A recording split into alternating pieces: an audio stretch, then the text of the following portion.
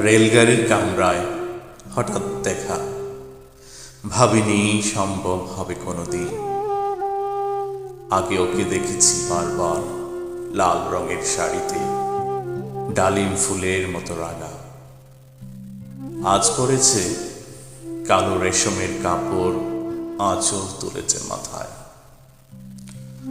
দোলন চাপার মতো চিকন গৌর মুখখানি ঘিরে মনে হলো কালো রঙে একটা গভীর দূরত্ব ঘনিয়ে নিয়েছে নিজের চারদিকে, যে দূরত্ব সর্ষে ক্ষেতের শেষ সীমানায় শালবনের নীলাঞ্জনে। থমকে গেল আমার সমস্ত মনটা, চেনা লোককে দেখলেন অচেনার গাম্ভীর্যে। হঠাৎ খবরের কাগজ ফেলে দিয়ে আমাকে করলেন নমস্কার। সমাজবিধির পদগুলো খুলে আলাপ করলেন শুরু, কেমন আছো, কেমন চলছে সংসার ইত্যাদি। সে রইলে জানালার বাইরের দিকে তাকিয়ে, যেন কাছের দিনের ছোঁয়াচ পার হওয়া চাহনিতে। দিলে অত্যন্ত ছোট দুটি একটি জবাব, কোনোটা বা দিলেই না, বুঝিয়ে দিলে হাতের অস্থিরতায়। কেন এসব কথা?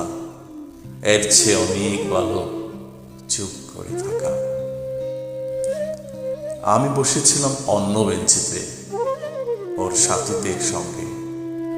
এক সময়ে আঙুল নেড়ে জানালে কাছে আসতে। ভাবলেন কম সাহস নয় বুঝি। বসলাম ওর একই বেঞ্চিতে।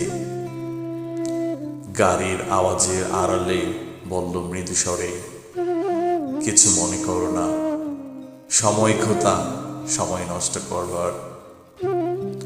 আমাকে নামতে হবে পরের স্টেশনে, দূরেই যাবে তুমি, দেখা হবে না আর কোনোদিন।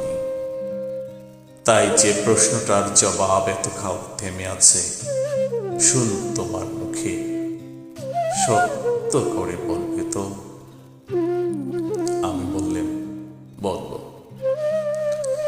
বাইরের আকাশের দিকে তাকিয়েই শুধুলো আমাদের গেছে যে দিন, একেবারেই কি গেছে, কিছুই কি নেই বাকি।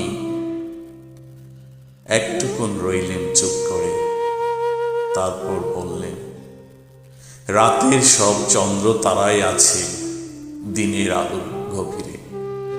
খটকা লাগলো, কে জানি বানিয়ে বললেন নাকি। ও বলল, থাক এখন যাও ওদিকে।